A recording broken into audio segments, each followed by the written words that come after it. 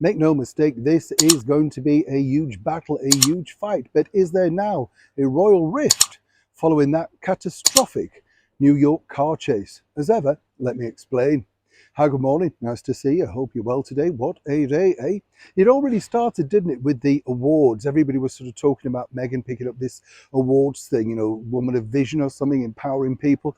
Never quite understand these awards. It's the same really with the BAFTAs over here. You kind of think, really, who cares?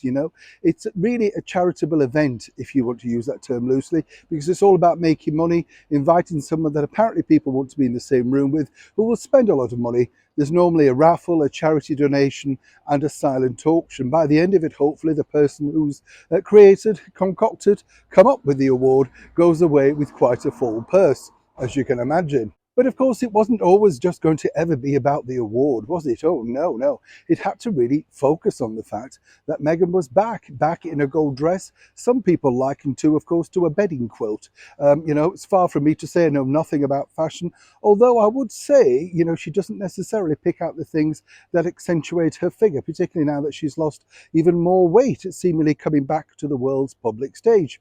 What's interesting, though, is as we now know, the car chase really has just been blown out of all proportion. I've spoken on various networks around the world, which has been incredibly busy, because a lot of people just thought, well, this wouldn't really happen in New York.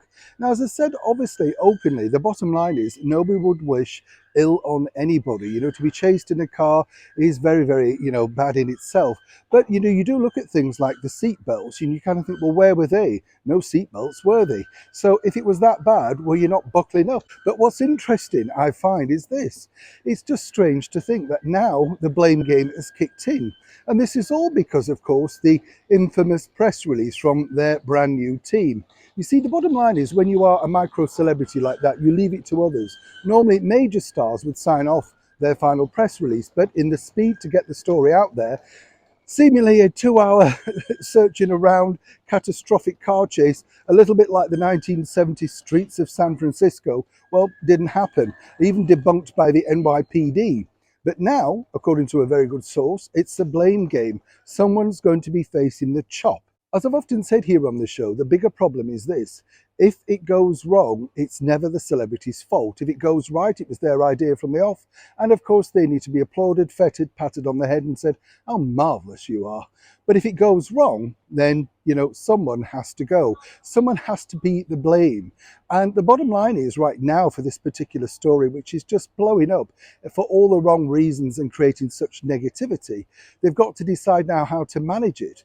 But the bottom line also is Meghan and Harry will want heads to roll. This is a catastrophic, shall we say, PR blunder.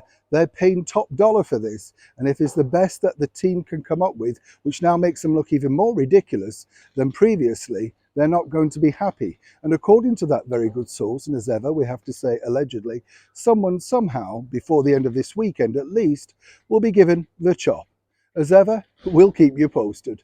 Neil Sean in the very heart of London.